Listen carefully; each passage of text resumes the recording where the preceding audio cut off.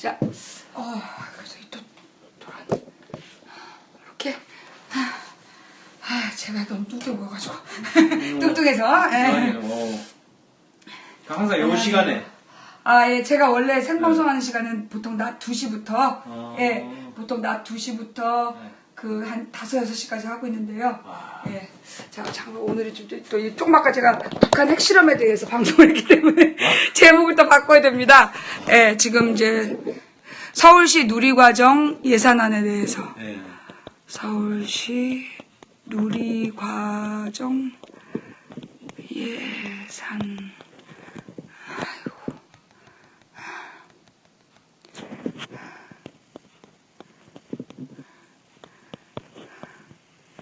원래 이렇게 보통 때도 이렇게 위원장실에 나가 계시나요? 아니에요. 뭐 왔다 갔다 해요. 그래요. 지역에도 갔다가 또 일 있으면 왔다가. 네. 아이고. 아마 잘 아실 텐데. 뭐, 비슷해요. 근데 저희 신랑은 네. 아침에 7시 반에 나가면 옛날에 구의원일 땐 6시에 꼭 집에 들어오더니 시의원 된 다음에 요즘은 주로 10시에 들어오더라고요. 10시요? 네. 우리한테는 아직도 6시 반에 들어가는 걸로 그가 아마 본인은 얘기를 했었는데 요즘에 의외라서 그랬나? 네? 아니면 딴 집 살려면 알았어요. 술 한잔하라고 10시에 들어오더라고요. 아니 그래서 사실 네. 그게 정말 쉬운 게 아니거든요. 정치 특히 우리 한국 정치는 대면 접촉을 해야 이게 표를 찍어주다 보니까 이 말로 듣고 정책을 보고 이렇게 찍어주면 굳이 직접 안 만나도 되잖아요. 한국 사람 꼭 만나야 되니까 6시에 집에 들어가는 게 이게 가능한 일이 아닐 수도 있을 텐데 대단하다. 11월인가 왜 그 서울시 의회에 네. 회기가 들어가면서는 그땐 정말 바빠. 한 10시, 11시에 들어오고 평상시에는 이제 뭐 회기 중에 아닐 때는 6, 7시에 들어오고 왜냐면 딸내미 저녁을 챙겨줘야 되기 때문에 정말 모범적인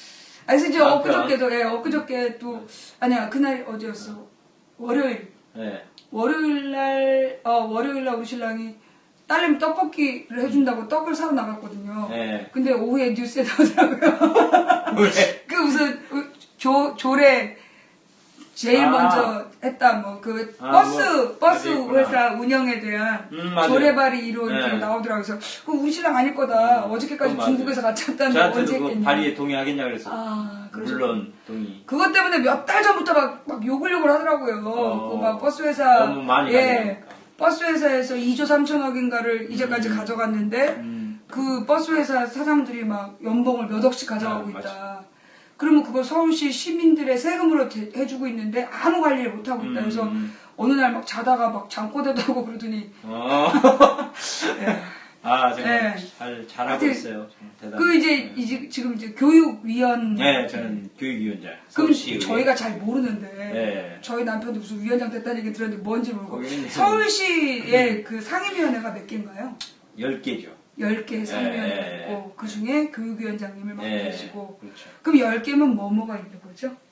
뭐 이제 잘 아시는 남편의 이제 기획경제위원회도 있고 교통위원회도 있고 또 도시안전위원회 또 뭐 문화체육관광위원회도 있고 많이 있어요. 10개 상임위원회가 있다. 그럼 그 중에서 교육위원회에서 하고 있는 일은 뭡니까? 우리 교육위원회는 말 그대로 서울시 교육청이 하는 일을 뭐 감시도 하고 또 예산 심사도 하고 또 우리가 조례를 만들어서 뭐 통과시키기도 하고. 서울시 교육청을 감시하는 기구. 쉽게 말해서 이제 조의원 교육감 이하 교육청 직원들 또 약 6만여 명의 이제 교사 선생님들 약 100만 명 학생들이 공부하는 유치원, 초등학교, 중학교, 고등학교의 어떤 그 교육에 관한 업무를 이제 같이 뭐 감시하기도 하고 또 보조하기도 하고 이런 일을 합니다. 사실 지금 이제 인터넷에서 그리고 이제 많이 이제 언론에서 누리과정의 이제 예산이 갑자기 삭제되면서 일대 혼란이 일어나고 있고 그리고 지금 뭐 그 모든 욕을 지방자치단체장들이 먹고 있는 상황이잖아요. 그리고 서울시 같은 경우도 서울시 의회에서 누리과정 예산을 전액 삭감했다. 그래가지고 지금 굉장히 비난의 화살을 받고 있는데 도대체 일이 어떻게 된 건지 일단 뭐 대통령이 우리가 2012년도에 대통령 선거가 있었죠. 네. 박근혜 대통령이 공약을 해요. 만 3세에서 5세까지 아이들에 대해서 누리과정 실시를 하고 그거에 대한 그 무상 보육비를 네. 국가가 책임지고 지원해주겠다. 이렇게 이제 공약을 하게 그렇죠. 됐죠. 대통령 선거 때. 네. 그리고 이제 선거 전에도 사실은 이명박 대통령 말기에 만 5세의 지원을 시작을 이미 했어요. 그리고 박근혜 대통령이 더 확대해서 3세부터 5세까지로 공약을 내걸고 2013년부터는 이제 만 3세에서 5세까지 시행을 하게 돼요. 그렇죠. 그런데 이제 문제가 뭐냐? 당연히 대통령이 공약을 했으면 국가의 예산으로 이렇게 그렇죠. 절도로 내려 보내주면서 그렇죠. 집행이야 뭐 교육청에서 하든 또 시 도청에서 하든 구청에서 하든 이제 자치단체들이 돈을 내려 보내주면 받아서 일은 하지만 돈을 내려 보내줘야 될 거 아니에요. 그렇죠. 돈을 내려 보내주지 않고 그냥 지방교육청에다가 당신들이 원래 예산에서 알아서 하여간 누리과정점 돈을 좀 보내주라 이렇게 된 거예요. 그런데 그 돈이 좀 작으면은 뭐 국민들이 세금이야 뭐 국가로 내든 지방세로 내든 어떻게 보면 그냥 아무나 하면 되잖아요. 근데 돈의 규모가 이게 어마어마한 거예요. 그러니까 어느 정도죠? 그러니까 지금 전국적으로 전국적으로는 4조고 네. 그다음 우리 이제 서울시 교육청만 하면은 이제 6,300억인데 2016년도가 6,300억. 근데 이제 이게 도대체 감이 잘 안 잡힐 거예요. 6,300억.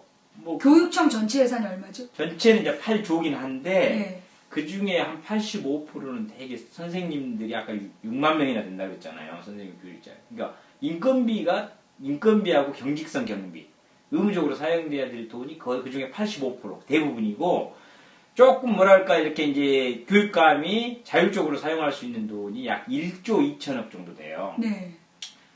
그 돈으로 사실 이제 교육감이 원래 공약을 했던 교육 정책을 좀 색다르게 할 수도 있고 뭐 자유학기제나 뭐 혁신학교나 이런 거 할 수 있고 그런데 이제 그 돈으로 겨우 하는데 그 중에 딱 절반 정도 되잖아요. 6,300원. 그렇죠. 그 정도의 돈을 이걸로 누리과정으로 내라 이러니 쉽게 말해서 아니 지방자치라는 게 의미가 없어져 버리죠. 그렇죠. 네. 그리고 그것 때문에 이제 빚이 쌓이기 시작해요. 그렇죠.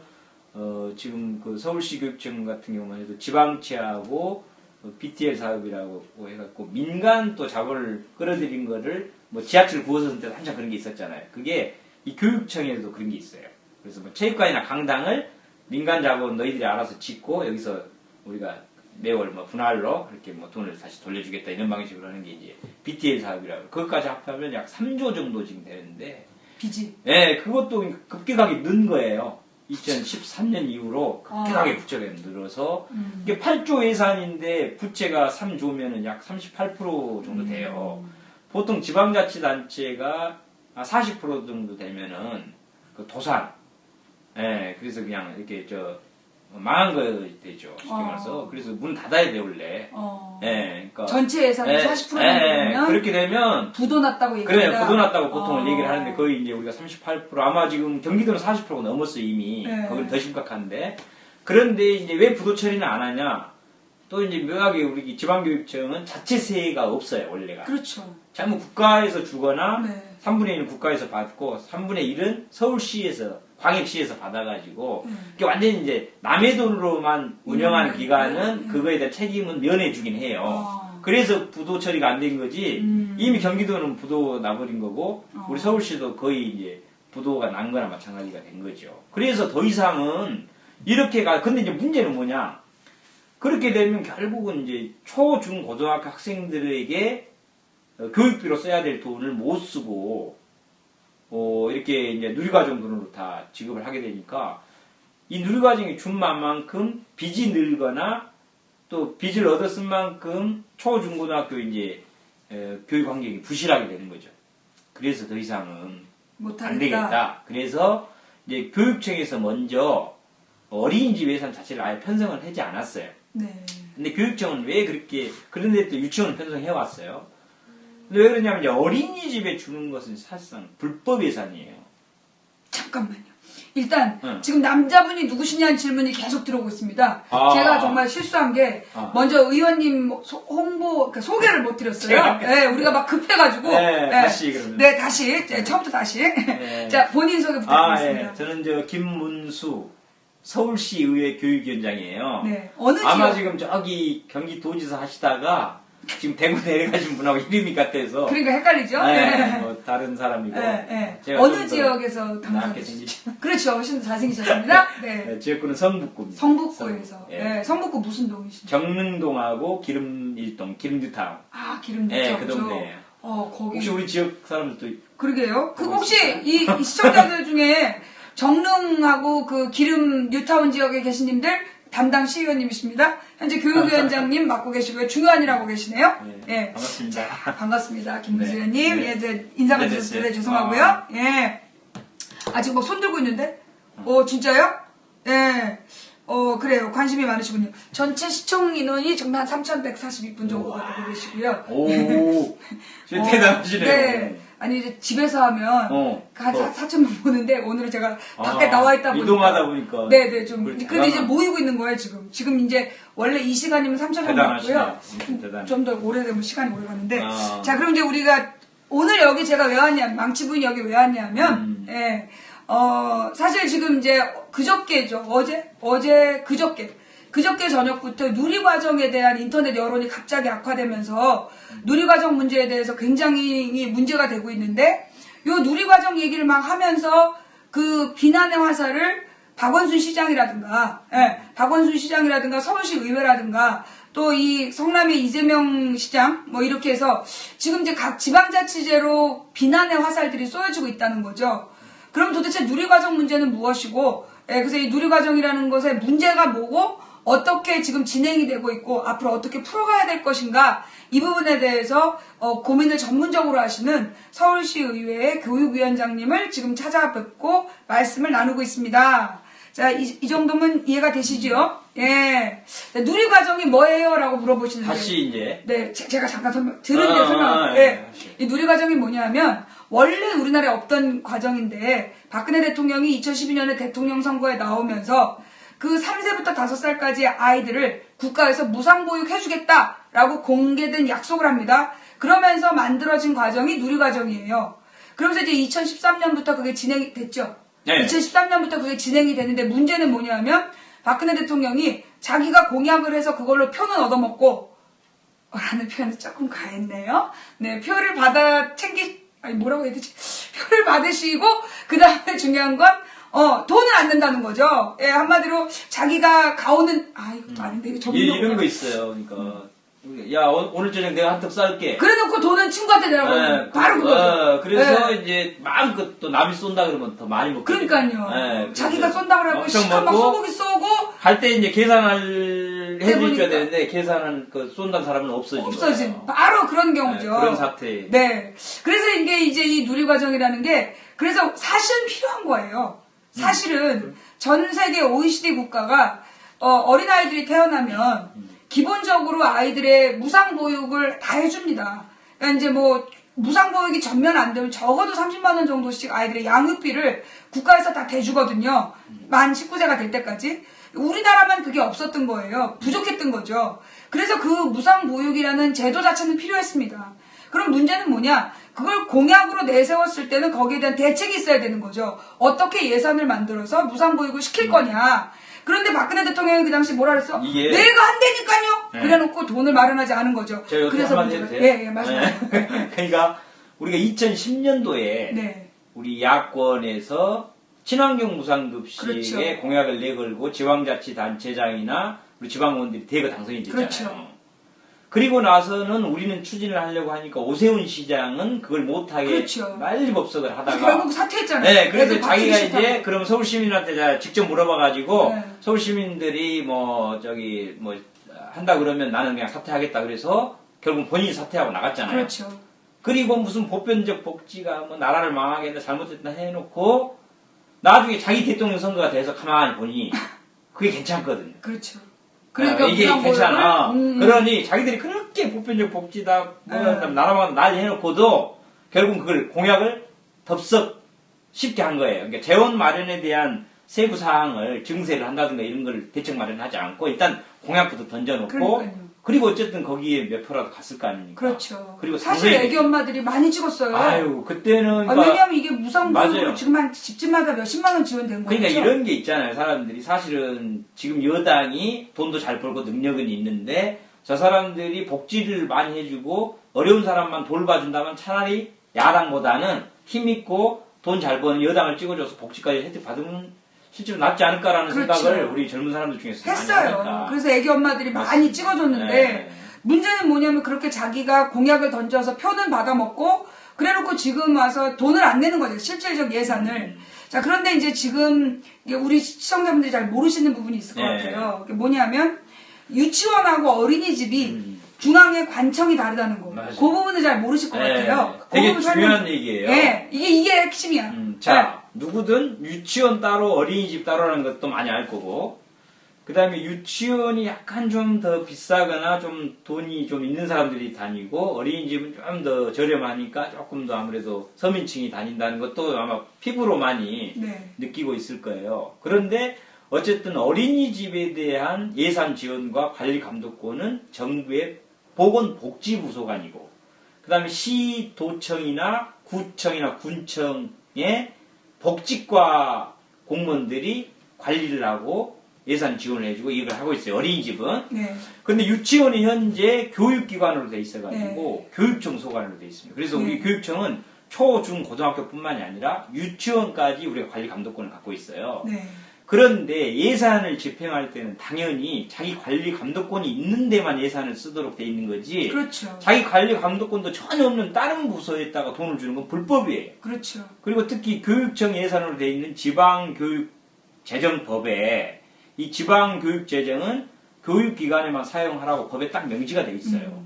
그런데 그 돈을 빼서 어린이집에 주라고 강제로 그것도 법을 바꾸면은 할 말이 없잖아요. 법을 바꿨으니까. 법은 못 바꾸고 그 밑에 시행령을 바꾼 거예요. 시행령은 바꾸기가 쉬워요. 왜 그러냐면 대통령하고 장관들이 모여서 거기서 그냥 바꾸자 해버리면 시행령 한 줄을 바꿔. 상위법에 어긋나는 시행령에다가 어린이집에 그냥 돈도 줄 수 있게 한 줄 바꿔놓고는 상위법에 어긋나든 말든 그냥 이걸 하라 이렇게 하고 있기 때문에 불법을 강요를 하면서 이렇게 밀어붙이고 있는 거예요. 어린이집에 주는 것은 불법. 자, 뭔 얘기인지 알아들으셨어요? 이게 옛날에 제가 우리 보건복지부 장관님 모실 때부터 얘기가 들었던 건데 우리나라의 그 아이들 보육과 교육이 달라요. 보육하고 교육이 다른데 가령 어린이집은 보육에 해당이 되고 유치원은 교육에 해당이 되는 거예요. 그리고 또 그 밖에 아이들에 대한 관리는 또 보건복지부하고 교육부하고 또 하나 있던데 세 군데에서 관리한다고 들었었거든요. 하여튼 그래서 아이들을 관리하는 중앙관청이 달라요. 근데 그 중에서 지금 이제 어린이집 문제는 보육에 대한 얘기니까 보건복지부에서 담당하고 그 다음에 유치원 예산은 교육청에서 이제 담당이 되는 걸로 되어 있었는데 그래서 유치원이 작은 거예요. 어린이집은 많아도.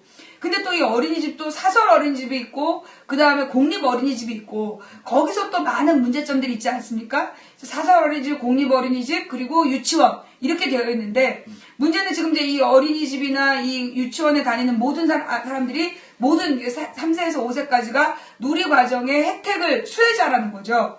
근데 문제는 원래 중앙관청에서는 그러니까 원래 법상은 유치원은 교육청에서 주는 게 맞고 그 다음에 어린이집은 보건복지부 중앙예산으로 주는 게 맞는데 지금 박근혜 정부에서 지가 대책 없는 공약을 내세워놓고 그 공약에 대한 뒷감당을 못하니까 보건복지부에서 낼 돈을 지금 교육청에서 내놔라. 그러면서 한마디로 지금 삥 뜯다 이런 말 하면 안 돼. 이상한 짓을 하고 있는 거죠. 불법적으로 예산을 내놓으라고 그 강요하고 있는 상황이다. 그런데 그래서 지금 두 해 동안 2013년, 14년이 그렇게 진행이 된 거죠. 13, 14, 15년까지 된 거죠. 3년. 예. 그래서 그럼 혹시 그 누리과정 때문에 늘어난 빚이 있습니까? 빚이 그러니까 저희가 지금 3조 정도 되는데 아마 그게 그 전에 한 1조 정도 됐을 거예요. 그게 한 이제 2배, 3배 이렇게 기하급수적으로 늘어나고 있죠. 누리과정 때문에? 네, 누리과정을 시행한 이후로. 그래서 지금 중앙정부의 입장은? 절대 못 그런데 내놓겠다. 중앙정부는 아직도 이제 절대 못 내겠다. 그리고 뭐 검찰에 고발하겠다 이렇게 하고 있잖아요. 근데 법을 자기들이 어기면서 그러니까 이런 거 비유가 어쩔지 모르겠는데 옛날에 골목 깡패가 그러니까요. 어린 학생들 지나가면 잡아가지고 돈 내놔 500원 주면서 야 담배하고 빵 좀 사와. 그렇죠, 그렇죠. 이러잖아요. 네. 담배값이 지금 비싸잖아요. 4,500원짜리 그리고 거기다가 또 한 300원 남겨와 이렇게 한다는 거예요.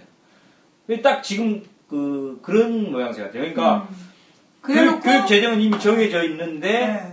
자기 마음대로 공약을 한 다음에 돈은 얼마 안 주면서 알아서 해결을 하라고 하니까 그래도 이제 순진한 마음에 우리 교육감님들하고 우리 지방의원들이 그래도 박근혜 대통령이 내세운 공약 중에서 어쨌든 간에 참 좋은 공약이다 이거는. 국가가 보육을 책임진다는 거는 정말 좋은 공약이니까 어쨌든 하여간 우리가 한번 먼저 해보자. 했더니 이게 빚 뺏기 남지 않으니까 더 이상은 안 된다는 거예요. 서울만이 아니라 지금 전국 지방자치단체 다 그러고 특히 경기도 매우 심하고요. 거의 깨끗해요 수치가. 그래서 이제 교육청에서 어린이집을 아예 편성을 안 했다는 거는 아예 이제 법에 어긋나기 때문에 안 했고 그럼에도 불구하고 유치원도 저희들은 안 했으면 했는데 왜냐면 이제 법에는 맞지만 예산이 부족하니까 그것도 할 형편이 안 되는데 그래도 유치원은 어쨌든 우리가 관리 책임 기관이니 반이라도 우리가 부담해야 되지 않냐 해서 이제 편성을 해왔어요. 네. 사실은 전 교육청이 다 했어요 유치원은. 그런데 우리 서울시의회랑은 왜 삭감을 하게 됐냐면은 막상 이제 유치원만 주려고 보니까 그러면은 지금 아까 어린이집에 다니는 아이들이 서민층 자녀들이 더 많다고 그렇죠. 했잖아요. 네. 조금 더 나은 아이들은 유치원인데 오히려 유치원 아이들은 혜택을 받고 네. 더 어려운 아이들은 아예 혜택도 못 받으면 이렇게 형평성이 어긋나고 잘못된 또 정책이 어디 있어요. 그래서 이거는 정말 큰일 나겠다 싶어서 이제 유치원 부분을 저희들이 삭감하게 되는 거죠. 네. 그럼 지금 현재 완전히 삭감된 건가요? 삭감을 했는데 저희들이 그 돈을 다른 데다 써버렸냐?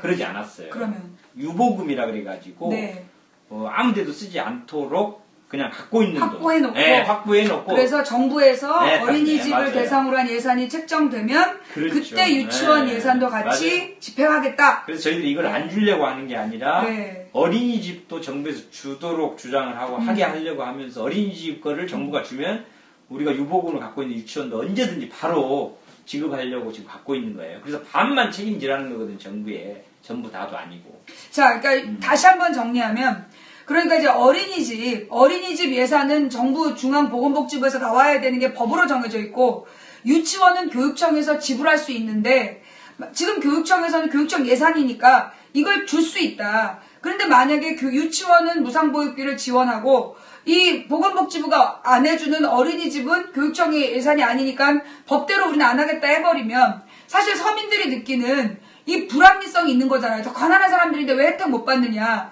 그러니까 유치원에 대한 무상보육 그 예산도 지금 모아놓고 정부가 그 어린이집에 대한 예산을 빨리 책정을 하면 그때 동시에 어린이집과 유치원을 예산 집행을 하겠다. 지금 이렇게 해서 유보하고 있는데 이걸 갖다가 무책임한 지방정부라고 지금 뭐 언론에서 모든 비난의 화살을 지금 이 지방의회하고 지방자치단체들에게 뒤집어 씌우고 있는 그런 상황인 거죠. 오히려 지금 이제 몇 군데는 또 유치원만 주고 어린이집을 전혀 안 주는 쪽으로 결정된 곳도 있어요. 근데 오히려 그런 데는 별 문제가 없거나 우리보다 더 나쁜 걸로 얘기를 하고 있지만 저는 오히려 그 세 군데가 더 걱정이 돼요. 왜 그러느냐. 지금 만약에 이제 유치원만 강원하고 전북 한 군데는 기억이 안 나는데 아무튼 세 군데인데 유치원만 받고 어린이집을 못 받게 되면 어린이집 다니는 부모님들 입장에서 이게 옮겨야 되지 않나 그런 생각을 하게 될 거 아니에요? 그렇죠. 그러면 이제 유치원도 물론 또 비싸서도 못 움직이고 아예 못 다닐 수도 있지만 어쨌든 그게 부담이 돼서 당장 어린이집에 못 보내게 될 가능성이 있잖아요. 그러면 어린이집이라는 게 다 받았을 때 그나마 선생님들 인건비 이렇게 해서 딱딱 이렇게 맞아떨어지는데 거기서 한 3분의 1만 안 다니게 돼도 정말 그 문을 닫아야 될 상황이 생길 수도 있거든요. 그러면 오히려 그런 지역의 어린이집 같은 경우는 제가 보기에는 1, 2월, 3월 중에 만약에 이제 이런 것들이 계속 지급이 안 되면 물론 카드로 또 시스템은 돼 있어서 어린이집이 아마 2월까지는 뭐 지급되는 걸로 지금 알고 있거든요. 근데 이제 3, 4, 5월달 되면은 그쪽에 못 받게 되면은 어린이집에 문을 닫는 경우가 생기고, 오히려 제가 보기에는 우리 서울이나 이런 지역보다 양쪽 다 안 주는 지역보다도 오히려 보육 대란과 혼란이 일어날 가능성이 많은 곳이 한쪽만 지급하는 경우가 있고, 그 다음에 이제 그 유치원 부분만 편성해놨는데 교육감들이 의회에서 반반씩 쪼개서 준 경우가 있어요. 6개월씩 그냥 어린이집하고. 근데 거기는 그럼 6월까지는 그러면 뭐 어쨌든 지급이 되니까 좋지. 그럼 7월부터 뭐 어떻게 할 건데요? 더 난리가 나요. 거기는 더 대책이 없거든요. 사실 거기도 더 심각해. 그래서 근데 전국이 다 그에 해당돼요. 그러니까 완벽하게 양쪽 다 12개월치를 주는 곳은 단 한 곳도 없어요. 네. 자, 일단 그리고 여기서 중요한 얘기는 뭐냐면 지금 이제 서울시하고 또 다른 지역에 또 차이점이 있어요.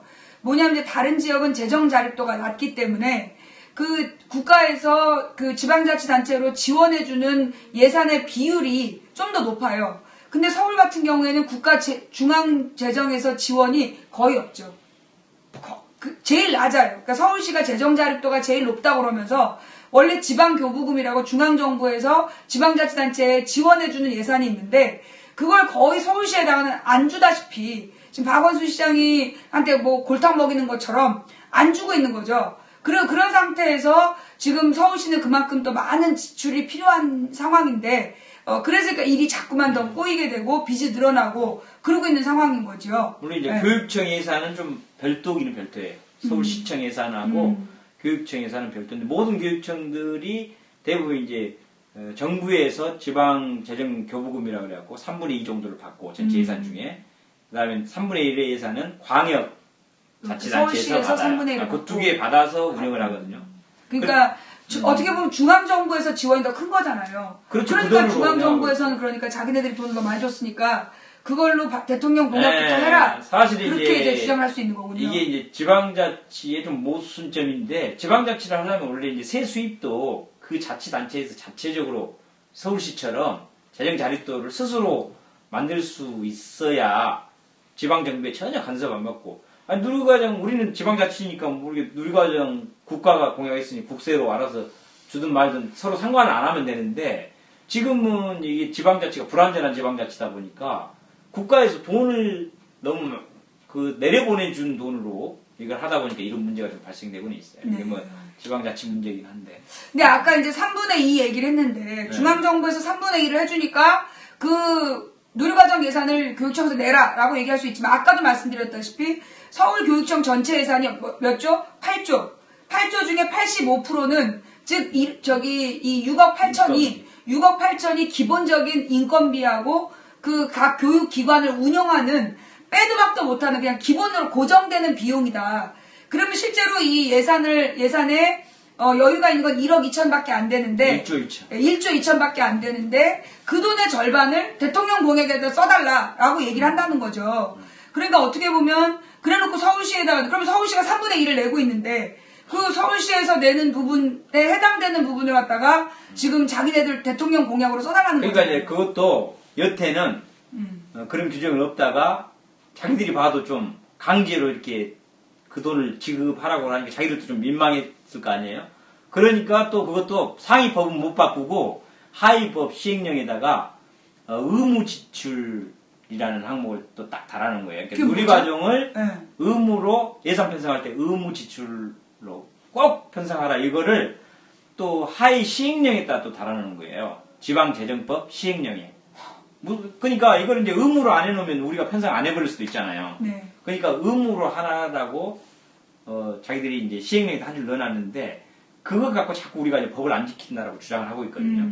근데 그것도 역시 크게 보면 지방자치법의 유연적인, 그러니까 위법적인 게 있는 거죠. 그러니까 지방자치라고 하는 거는 자기들 스스로 결정해서 스스로 하고 싶으면 하고 하기 싫은 거는 안 하고 이러는 거지. 중앙정부에서 이거 예산 넣고 저거 예산 넣고를 다 정해줘 버리면 지방자치를 뭐 하려고 해요. 근데 그것도 상위법도 아닌 시행령에다 딱 한 줄 넣어놓고 그렇게 그걸 법을 우리가 안 지키고 있다라고 하는 거는 뭐 정말 말이 안 되는 거죠. 보충 설명이 여기서 또 들어가는데요. 제가 늘 말씀드렸어요. 법에 5단계가 있다. 그래서 그 지방자치단체장이 만드는 게 규칙, 지방의회에서 만드는 게 조례, 그 다음에 중앙행정부에서 대통령이나 총리 등등 각 지방 부 장관들이 만드는 게 부령 혹은 시행령, 이게 3단계예요. 5단계, 4단계, 3단계. 그 위가 지방자치법, 형사법, 민사법 이게 이제 그 법률이거든요. 그게 2등급이에요. 그 다음에 1등급 가장 높은 법이 헌법이죠. 그래서 이게 기관별로, 기관에 따라서 법의 등급이 정해지고, 우리나라에는 뭐가 있냐면 법에는 반드시 상위법 우선의 원칙이라는 게 있어요. 그래서 조례나 규칙이 법률이나 명령을 넘어설 수 없다. 또 법률이나 시행령이 헌법을 넘어설 수 없다. 그래서 상위법 우선의 원칙이라는 게 있습니다. 그 중에서도 왜 그럼 시행령과 법률 중에 왜 법률이 더 높으냐 하면, 이게 입법기관, 즉 법을 만드는 목적으로 국민이 투표해서 뽑은 국회의원들이 만드는 게 법률이기 때문에 시행령보다 법률이 상위법이에요. 그런데 지금 박근혜 정부에서 시행령으로 자기 공약을 집행하라고 강제하는 시행령 한 줄을 넣어놓고 지방자치법을 지금 협박하고 있는 그런 꼬라지인 거죠. 그렇다면 상위법 우선의 원칙이라는 국가의 운영 원칙을 지금 박근혜 정부가 어기고 있으면서 지들이 만든 시행령을 지방의회가 지키지 않는다라고 협박하고 있는 단계. 맞습니다. 설명이 맞습니다. 아유, 아니 사회 공부를 열심히 하셨던 옛날에 것 사회 같아요. 과목 가르쳤다. 그 5단계를 다 잊어버려가지고. 우리 의원보다도 더 자세히 설명하니까. 네네네. 그래서 지금 이제 이 시행령 이야기. 네. 그러니까 박근혜 정부에서 시행령을 가지고 교육청 예산을 지 멋대로 강화하고 있으면서 실제로 지방자치법을 위반하고 있다.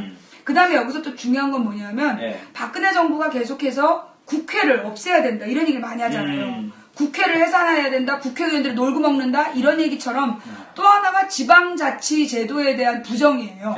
그죠? 그래서 지금 박근혜 의원님도 이번이 재선되신 거죠? 네, 재선. 그러면 이 박근혜 정부 들어서서 지방자치가 후퇴했다라는 느낌을 좀 받으신 부분이 있다면? 저야 뭐 이 누리과정 하나만 갖고도 당연히 엄청 느끼죠. 왜냐하면 이제 예산 자체도 사실은 그 독립적으로 할 수 있어야 되잖아요, 지방자치는. 그리고 이제 이런 말도 안 되는 시행령 한 줄 해가지고 그걸로 이제 지방자치를 통제한다거나, 이런 것들이 한두 가지가 아니죠. 그리고 지금 우리 박원순 시장님이나 또 이재명 시장이 하는 그 복지 정책에 대해서 그걸 국가가 하라 마라 한다는 것 자체는 말이 안 되는 거죠. 그렇죠. 근데 이분들은 이제 원래 독재자들이 속성이요. 이 중앙 집권. 모든 걸 최고 통치자인 내가 시키는 대로만 좀 하고 좀 하지 마라 이거든요. 그렇죠. 그래서 이제 지방자치가 너무 일을 잘하는 게 보기가 싫은 거죠. 그렇죠. 그러니까는 원래 지방자치제도가 이승만 정부 때 생겼다가 박정희가 5.16 쿠데타를 일으킨 다음에 지방자치제도를 없애버렸잖아요. 그랬다가 나중에 김영삼 정부 들어서서 그게 부활된 거죠. 그러니까 결국은 박정희, 전두환 같은 군부 독재자들은 지방자치제도 자체를 혐오하는 거예요. 이유가 뭐냐면 지방자치라는 것 자체가 민주주의. 그래서 별명이 뭐예요? 풀뿌리 민주주의. 그러니까 실제로 주민들이 자기 지역의 문제를 스스로 결정하는 게 지방자치제도이기 때문에 박정희가 지방자치제도를 용납하지 못한 거죠. 그래서 없애버린 거예요.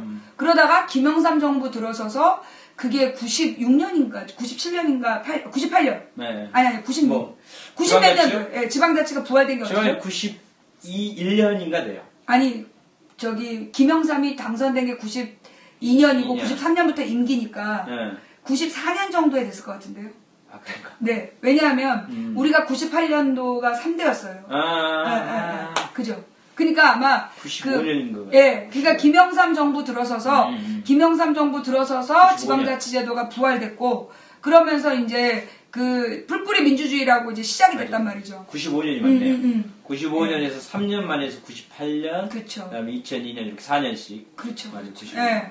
그래서 이제 지금 박근혜 정부의 특징은 이 사실 국회가 어떻게 보면 대통령의 권한을 통제하는 민주주의의 굉장히 중요한 보루거든요. 민주주의를 지키는 보루인 국회를 박근혜 지지자들이 계속 외치는 게 국회를 해산하라. 국회의원을 줄여야 된다. 그렇게 얘기하면서 대통령에 대한 통제 기능 대통령의 권한에 대해서 감시하는 기능을 하고 있는 기관을 무력화시키려는 시도를 하는 것과 마찬가지로 지금 이재명 시장이나 박원순 시장이 추진하고 있는 지방복지제도가 포퓰리즘이다. 쥐가 하면 포퓰리즘이 아니고 박 시장이 하면 포퓰리즘이야? 그런 이중잣대. 자기가 하면 로맨스고 남이 하면 불륜이다라는 이중잣대. 그러니까 지금 자기들이 지금 누리과정도 보면 보편적 복지잖아요. 그렇죠. 그러니까 친환경 무상급식 때 그렇게 보편적 복지 안 된다, 나라 망한다, 낮을 때 그걸 자기가 하고 있잖아요. 그렇죠. 지금 와서 재밌는 현상은 이런 복지가 잘못됐단 말을 그나마 못하고 있는 게 다행이에요. 보편적 복지가 만약에 이게 그나마 잘 됐다. 우리 공약이었고 우리 거였으면 이거 뭐 지금 이거는 거의 거덜나가지고 아무것도 못했을 텐데 그렇죠. 재밌는 게 자기들이 공약을 해버려가지고 그리고 이게 보편적 복지예요. 이거 보편적 복지 막 잘못됐다 말을 못하고 하긴 하는데 좀 니네들이 해라 이제 왜 이렇게 그렇죠. 못하고 있는 건데 아무튼 이제 민주주의가 발전하려면 지방자치가 좀 발전하는 게 좋고 또 지방자치든 국가든 권력이 독점을 하면 안 되는 그렇죠. 거잖아요. 그게 독재잖아요. 그렇죠. 그걸 분산시키는 방법이 이제 의회밖에 없거든요. 그렇죠. 왜냐면 대통령을 여러 명 세울 수는 없잖아요.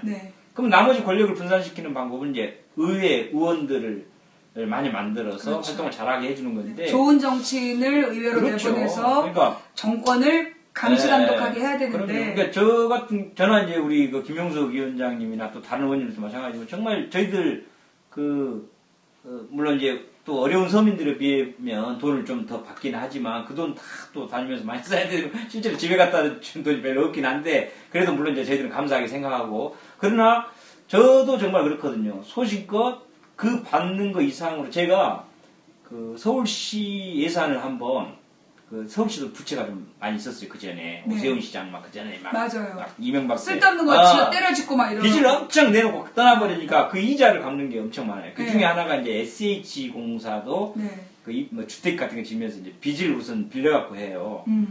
근데 은행 이자가 자율화되면서 이게 아주 개별적으로 달라요. 그래서 제가 그 이자를 다 조사해가지고 더 낮은 이자로 이제 바꿨어요 대출을 아직 안 끝난 거. 그래서 그때 당시에 제가 1년에 예산 냈겠던 게 한 50억 정도씩 이자 줄여가지고 냈겠었던 기억이 나고 또 지하철 9호선도 문제가 많아가지고 그 의원들이 의회 활동을 하게 해서 그걸 계약을 갱신했잖아요 박원순 시장. 거기서 아낀 돈이 3조 정도 돼요.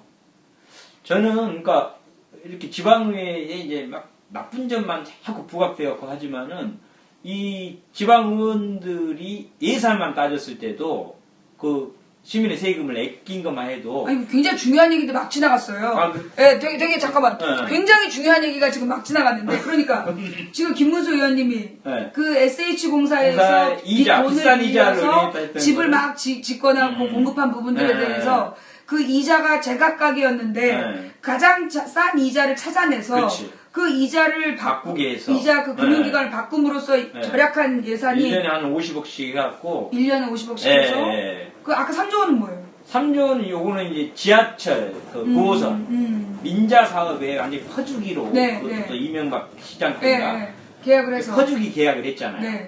근데 너무 퍼주기를 많이 하니까 아직 우리 서울시 예산이 거덜나게 생겼어서 그거를 특위를 의원들이 만들어서 조사를 해서 박원순 시장이 재계약을 해서 이제 더 비용이 덜 나가게 한 거죠. 그것도 다 아낀 돈이 3조가 넘어요. 그러니까 우리 지방의원들이 없었으면 그거를 다 시민들이 돈을 내고. 자, 여러분 이거 좀 뭔 말인지 알아요? 굉장히 중요한 얘기예요. 지방의원이 왜 필요한가? 지방의원이 왜 필요한가에 대해서 지금 얘기가 나온 건데요. 예, 지금 왼쪽에 계신 분은 누구냐? 계속 질문하고 있는데. 네, 지금 왼쪽에 계신 분은 서울시의원 김문수 의원님이에요. 경기 옛날 도지사 김문수 아니야? 뼈쪽이 김문수 아니고 성북구 기름동과 기름누천하고 정릉 쪽에서 시의원 하시는 김문수 의원님을 모시고 반갑습니다. 지금 이분이 교육위원장님이세요. 그래서 우리가 누리과정 문제에 대한 이야기를 하면서 전반적인 시의회 예산 문제들을 지금 다루고 있습니다. 자, 그래서 지금 이 지방 의원들이 하고 있는 게 그런 거다. 그러니까 이명박이 엉뚱하게 그 사업을 벌려놓고 빚을 때로 만들어 놓고 도망가 버렸단 말이에요. 지금 대통령으로 가버렸어. 그러면 그 후폭풍을 오세훈이가 그럼 줄여야 되는데 자기가 더 빚을 늘렸단 말이에요. 이명박 오세훈 시기에 빚이 2배로 늘어나요. 서울시 빚이. 그런데 이제 그거를 지금 박원순 시장이 들어오고 그 서울시 의원들이 지금 이제 새정치연합 의원들이 모여서 빚을 현재 지금 줄인 것만 해도 약 비용을 3조 원 정도를 줄여냈다. 이게 장난이 아닌 거예요. 이게 지방의원들의 역할인데 그런데 지금 박근혜 정부에서는 지방자치제도를 없애야 된다. 예, 그리고 국회를 해산해야 된다. 이런 헛소리들을 지금 하고 있는 거죠. 예. 그리고 예전에 지방자치 하기 전에 예를 들어서 동사무소나 네. 구청에 어렸을 때 우리 가봤잖아요. 네. 그럼 공무원들이 뭐 이렇게 일어나서 인사나 했어요. 그렇죠. 그리고 뭐 오히려 막 거꾸로 소리 질러가지고 지배하고 막 이렇게 지네들 공산당 당원 마냥. 그러니까 뭐 다른 거 말고 그 친절해지고 이런 것만 보더라도 그렇죠. 지방자치라는 게 그렇게 달라지고 좋은 거고 필요한 거죠. 그리고 지금 우리가 일상생활 속에서 하는 많은 일들이 이제는 지방자치에서 다 하고 있어요. 그렇죠. 국가는 뭐 국방이라든가 외교 그렇죠. 이렇게 이제 큰 일은 국가에서 하지만 나머지 우리 실생활에 관련된 모든 일들이 지방자치에서 다 하고 있잖아요. 너무 잘. 그러니까 오히려 외국처럼 지금은 이제 세금도 국가가 80%를 걷어가고 지방에서는 20%밖에 못 걷게 해줘요. 그리고 결국은 그 80% 중에서 돈을 이렇게 찔끔찔끔 나눠주면서 자기들이 통제하고 권력의 수단으로만 사용하지 그 지방자치가 일을 하는데 이렇게 원 없이 돈을 빨리빨리 통제하지 말아야 되는데 오히려 일을 잘하는 것을 못하게 하는 수단으로 돈을 갖고 하는 꼴이 돼 있어요. 그래서 오히려 지금 8대2의 국세와 지방세 비율을 빨리 5대5, 오히려 4대6 거꾸로 지방자치가 더 많이 할 수 있도록 사실 그런 법 개정도 있어야 되고 바꿔야 될 게 한두 개가 아니죠. 혹시 그러면 노무현 정부 때 지방의원을 해보신 적 있으신가요? 저는 그때는 안 하셨고. 아니죠. 2010년부터.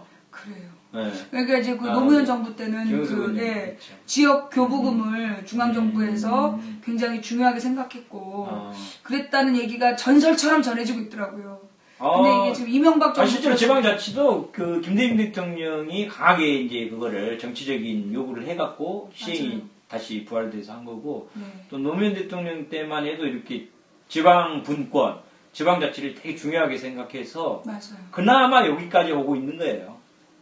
그런데 이걸 다시 지금 박근혜 정부에 와갖고는 이런 누리과정 이런 예산도 그렇고 모든 지방자치를 통제하고 거꾸로 하려고 지금 하고 있죠. 그래요.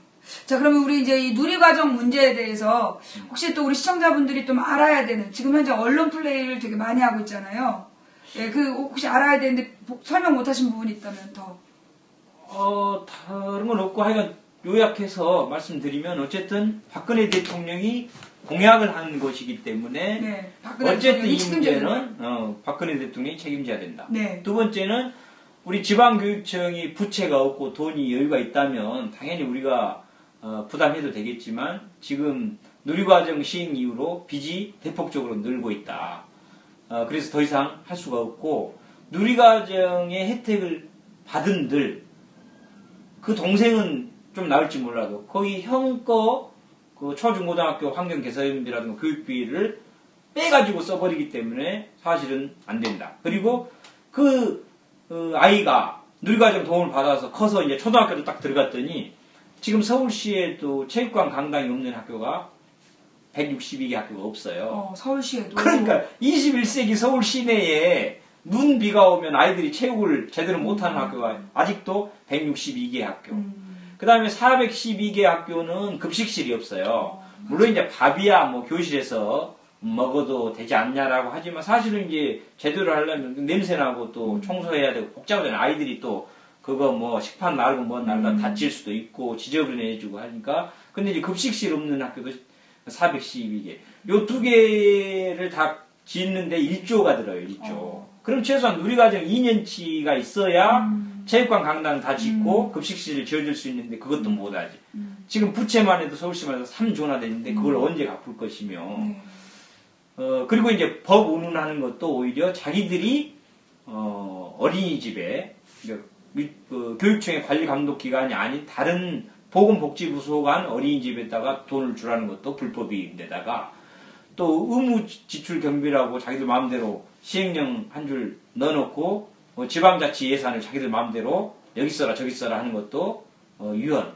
그 헌법에 지방자치를 잘 하라고 돼 있는데 그걸 못하게 하는 거니까 오히려 자기들이 법을 어기면서 저렇게 협박하는 것이 대책이 되지 않고 그래서 지금이라도 저희들은 그리고 이제 유치원 예산을 우리가 삭감하기는 했지만 아까 어린이집과 형평성 때문에 삭감했다 그랬잖아요. 그리고 그걸 어디다 쓴 게 아니고 현재 갖고 있고 그래서 지금이라도 지금은 뭐 검찰 수사를 하고 고소 고발 한들 그 1, 2년 언제 재판에서 어떻게 따지고 재판에도 사실은 저희들이 질 이유가 하나도 없어요. 그렇죠. 양심적인 판사들한테 가면 이거는 저희들한테 무조건 이기게 돼 있는 데다가 또 재판하면 시간만 1, 2년 갑니다. 해결 안 되잖아요. 그럼 그 사이에 어떻게 할 거면. 그러니까 지금은 다른 게 할 게 아니고 정부에서 387조 예산 중에서 2조 자기들 쪽지 예산하는 데만 해도 제가 보기에는 그러니까 그 저기 뭐야 저기 그 누구지 그 최경환이 그래, 지네 동네 1조 가까이 갖고 와서 8천억 그렇죠 막 8조 아니 됩니까 그러니까 총 4조가 들어가는데 2조 유치원 부분은 우리가 부담할 테니 2조 자기들 쪽지 예산만 또 못한 이 2조라도 지금 당장 추경을 해서 편성만 하면 모든 문제가 해결되고 대통령도 어쨌든 공약을 안 지킨 것보다 지킨 것이 되고 그 공로가 또 본인들한테 돌아가잖아요. 그렇죠. 자기들이 공약해서 자기들이 지키게 됐으니까 자기들이 다 공을 가져갈 수 있는 건데도 이렇게 억지를 부리는 것은 이게 정말 지방자치를 이제 망하게 하려고 억지로 막 이렇게 부채 더미에 쌓이게 하려고 이런 나쁜 짓을 하고 있지 않나? 막 이런 생각까지 들어요, 정말. 그러니까 이게 이해가 안 가는 거예요. 박근혜 대통령 아버지가 그 대통령 활동 시절에 지방정부를 없애버렸잖아요, 지방자치제도를. 그렇죠. 그러니까 지금 같은 목적으로 지방자치제도를 아예 부도내서 그래서 없애버리려는 그런 목적이 더 있을 수 있겠네. 그런 의도도 실제로 있어요, 실제로. 굉장히 좀 심각한 이야기들. 자, 그런데 좌우지가 이제 박근혜 정부를 우리가 겪어봐서 알지만 말이 안 통하잖아요. 말이 안 통하고 지금도 지금 그 누리과정 예산을 국가에서 감당하려는 마음이 없잖아요. 지금 뭐 담뱃값을 올려가지고 더 걷어들인 세금이 수조 원이고 또 이 기름값 사실 이 기름값도 이게 지금 10몇 원을 걷고 있다고. 원래 지금 뉴욕의 기름값이 600원인데 600원 정도밖에 안 되는데 우리나라가 1600원이잖아요. 그러면 그게 왜 그러냐면 1000원이 세금이라고 그렇단 말이야. 그래서 이 유류세나 담배세로 걷어들인 세금만 해도 10몇 원인데 10몇 원이 넘는 걸로 알고 있는데 도대체 그 돈을 어디다 쓰고 지금 이런 꼭 필요한 예산들을 안 내놓고 있느냐. 사실 담배값이 올라가서 세금이 2배 이상 늘었잖아요. 그리고 후배들은 별로 떨어지지 않았고. 자, 그럼 도대체 그 돈을 어디다 쓰면서 이렇게 꼭 필요한 자기 복지 공약을 이렇게 어기고 있는가. 사실 그건 이제 그 여자의 문제인데, 그럼 앞으로도 계속 이렇게 박근혜 정부에서 예산 집행을 안 하고 버틴다라면, 지금 당장 누리과정 문제 때문에 일하는 엄마들은 굉장히, 일하는 엄마들 뿐만이 아니라 아이를 키우는 집에서 굉장히 심각한 문제점들을 겪고 있잖아요. 이 문제를 어떻게 해결해야 될까요? 현재 박원순 시장님이나 서울시에서 생각하는 대안이 있다면? 글쎄요, 하여간 저희들은 이제 뭔가 정부에서 대안을 내놓지 않겠냐. 왜 그러냐면은 물론 이제 참 저분을 이해할 수 없는 부분도 많아서 어렵지만은 상식적이지 않기 때문에. 근데 이제 자기들이 저렇게 이제 막 대응을 하고 뭐 나와서 막 난리를 하는 거는 분명히 이 부분이 상당히 좀 중요하고 이게 상당히 좀 충격적이고 뭔가 이거 해결을 하든 겁을 줘서 해결을 하든 하니까 자기들이 해결을 하든 뭔가 해야 되지 않냐라고까지 생각을 한 것 같고 일단 그 다음에 이제 저희들은 어쨌든 4월 총선이기 때문에 이 부분은 이제 국회의원들도 좀 같이 나서서 하면 충분히 할 수 있지 않냐. 더군다나 우리 교육청들은 전부 다 유치원 돈을 갖고 있다고 했잖아요. 그러니까 유치원 부분을 진짜 빨리 줘야 되는데 이 돈을 어쨌든 갖고 있기 때문에 절반만 빨리 정부에서 감당해달라. 감당해달라. 그리고 지금 현재 그 대한민국 정부에서 걷어들이고 있는 세금이 무지막지하기 때문에 충분히 이걸 감당할 수 있다, 중앙정부가. 근데 의지가 없는 거다. 중앙정부에서 지금 그 담배세금만 거둔 걸로도, 그 추가된 담배세금만 해도 이거 하고도 넘쳐요. 교육청에다가 얘기할 필요 없이 자기들이 다 감당할 수 있는데 안 하는 거죠. 또 하나는 우리가 아니 저희들 방산 비리부터 해가지고 그렇죠. 지금 방산 비리로 200조 원 우리가 이제 4대 강의 옛날부터 항상 써왔던 얘기니까 그렇다 치고 뭐 그런 것만 해도 수정 됩니다. 그러니까 4대 강 방산 비리 또 하나가 뭐였더라 자원외교 이걸로 까먹은 돈이 200조 원이잖아요. 그런 데다가 지금 이명박 정부 들어서서 그 원래 노무현 정부 때 33%까지 나가던 법인세를 24%인가로 낮췄고 박근혜 정부는 17%까지 낮췄다는 거예요. 그러니까 대기업에 재벌들의 세금을 계속 깎아주기 때문에 그런 데서 부족한 세수를 국민들한테 혈세를 걷어갖고 채우고 있는, 그러면서 국민들에게 주어야 될 복지 혜택을 주고 있지 않는 그런 상황인 거죠. 그래서 지금 이제 누리과정 문제를 가지고 우리 그 지방자치단체들을 막 압박을 가하고 있는데, 최전선에 서서 그 박근혜 정부의 탄압을 이기고 이 누리과정 예산을 확보하려고 애쓰고 계신 우리 교육위원장님 고생 많으십니다. 네, 이거는요 교육감님들도 그렇고 우리 지방원들도 감옥에 가는 한이 있더라도 끌려가는 한이 있더라도 이번에는 끝까지 싸워가지고 이 문제를 매듭을 짓고 해결해야 된다고 봐요. 그렇죠. 네, 그렇지 않으면 매년 이걸 논란을 지었거든요. 그렇죠. 네. 지금 그러니까 13, 14, 15 해마다. 네. 그래서 저희들의 목표는 뭐냐면 안정적인 누리과정 예산 확보, 안정적이고 확실한 예산 누리과정 지원, 이거를 목표로 하고 있는 거예요. 위해서 싸우고 있는 네. 거예요. 그동안에 계속 이게 논란만 되고 불안정하니까. 그렇죠. 네. 매번 이렇게 그 임기응변식으로. 매년 그랬어요. 지금 이제 박근혜 정부는 지들을 이렇게 버티기고 매번 지방자치단체들에서 양보를 했잖아요. 네, 그렇죠. 그래서 지금 지방정부들이 전부 다 빚더미에 올라앉았고, 맞습니다. 그로 인해서 지금 지방재정이 악화되고 있는데, 이번에는 중앙정부에다가 그 양보하지 않고, 물러나지 않고, 이걸 반드시 안정적인 누리과정을 확보하겠다. 네. 더군다나 대통령 본인이 공약을 했잖아요. 그러니까 자기의 공약이니까. 우리가 친환경 무상급식을 대줬으면 좋겠다는 생각은 하지만 우리가 공약을 했기 때문에 어거지를 하지는 않잖아요. 그렇죠. 이건 완전히 자기들이 공약해놓고 우리한테 다 이렇게 이런 어거지는 말이 안 되죠. 그래요. 자, 우리 그 고생하시는 우리 서울시 의회, 이분도 국회의원이 아니에요. 서울시 의회의 의원인, 서울시 의원이자 그리고 서울시 의회 교육위원장님을 맡고 계신 김문수 의원님을 모시고 누리과정에 나타난 여러 가지 전반적인 문제점을 짚어봤습니다. 혹시 질문이 있으십니까? 질문 있으신 분들은 좀 질문을 해주시고요. 자, 근데 이게 우리 서울시 의원으로 지금 한 6년 되셨나요? 6년째? 네. 6년째. 그렇죠. 이 동네에서 있다가 이렇게 나와 계시니까 불편하진 않으세요? 뭐 왔다 갔다 하기가 좀 불편하죠. 서울시 의원을 하시면서 가장 어려운 점이 있다면? 우리가 보좌관이 없어요. 그래요. 그러니까 이제 우리가 30조 예산을 다루고 100명이서 106명이서 하는 거고, 그렇죠. 국회는 400조 예산을 하면서 국회의원 300명에 인턴까지 하면 3,000명, 한 10명씩이니까. 그러니까 우리가 다루는 예산이 훨씬 많죠. 그렇죠. 국회의원 그 보좌관 포함해서 1인당 국가 예산을 다루는 그 규모보다, 그러다 보니까 사실은 서울시의 이제 많은 부분을 더 감시 감독을 잘하면 예산도 더 많이 아낄 수 있고 시민들한테 더 좋은 그 행정 지원을 할 수 있는데 그런 부분을 못 하니까 그런 부분이 좀 어려운 것 같아요. 그러니까 이게 어떻게 된 거냐면 옛날에 그러니까 한나라당이 2006년에 서울시 의회를 다수를 장악했던, 그래서 그 당시에 100명 정도였죠. 110명이었나? 하여튼 100명 정도를 한나라당이 잡았을 때는 보좌관이 있었어요. 보좌관 월급도 다 합법적으로 줬어요. 그런데 그 2006년에서 2010년 선거에서 야당이 대거 당선되니까 그 그러니까 서울시 의회의 보좌관 제도를 없애버린 거예요. 자기네들이 한나라당이 시의원 때는 보좌관 제도를 만들어서 월급을 당연히 줘놓고 야당이 압승하니까 그 보좌관 제도를 없애버린 거예요. 근데 실제로 서울시 의원들이 혼자서 다 감당 못하거든요. 그러니까 이제 엿먹어라 이러는 거죠. 근데 그것도 보좌관을 두냐 마냐 하는 것도 국회의원들이 정하게 돼 있어요, 법으로. 그것도 좀 웃기는 것 같아요. 그러다 보니까 국회의원분들께서 자기네들은 10명씩 놓고 해놓고 지방의원들은 뭐 사실 이제 저희들 스스로도 그러고, 야 진짜 동네 가봐도 그렇고 우리 지방자치에서 하는 일들이 정말 이렇게 주민들 실생활에 너무나 중요한 일들을 많이 하고 있고 스스로 그렇게 생각하는데 너무 이제 손발이 부족하니까 여력이 많이 부족한 면이 있어요. 물론 이제 우리 의원 중에서도 뭐 제 역할을 충분히 못하는 경우가, 사람이다 보니까 100명 중에 또 몇 명은 항상 있긴 하지만 그러나 과거에 비해서 정말 자부하거든요. 이제 단순한 거수기울이 아니다. 그렇죠. 심지어는 이제 누리과정 이런 부분도 우리 스스로 판단해갖고 우리가 결정해서 이렇게 한 거예요.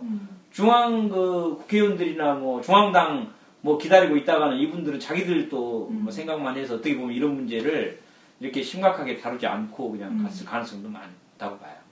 네. 자, 하여튼 이렇게 해서 우리 저기 좀 대화를 나눠봤는데 질문 지금 들어온 거 없죠? 예, 질문 들어온 거 없으니까 예, 자 우리 오늘 어떠셨습니까? 서울시의회 교육위원장실도 우리가 한번 방문해보고 저도 처음 와봤어요 이 위원장실은. 예, 우리 저기 그 서울특별시의회 교육위원회 위원장님이신 김문수 의원님을 모시고 대화를 나눠봤는데요. 여러분 어떻게 오늘 저기 인터뷰가 오늘 생방송 도움이 좀 되셨습니까? 예, 네. 뭐라고요? 뭐가 또 있다는 얘기지? 자, 많은 걸 배웠어요. 네, 다행입니다. 예, 그래서 혹시 또 궁금하신 부분은 저희 뭐 시청자 게시판에 의견을 좀 남겨주시면 제가 우리 김용석 위원장을 통해서 전달해드리도록 하겠습니다. 네. 자, 오늘 고생해주신 우리 김문수 의원님께 박수 한번 부탁드릴게요. 정말 네. 감사합니다. 오늘 고생하셨습니다. 아유, 감사합니다. 네, 예. 영광입니다. 아이고, 별말씀을 제가 다 영광입니다. 예. 또 너무나 바쁘신데 아니요. 오랜 시간을 또 할 네. 수가 없어서 아유, 이만 일어나 이렇게 보도록 하겠습니다. 중요한 방송에 출연하게 돼서 그런 아이고, 아닙니다. 예, 감사합니다. 잠깐만요. 자, 우리 시청자 여러분들 잠깐만 천장 보고 계시면 예, 제가 정리하고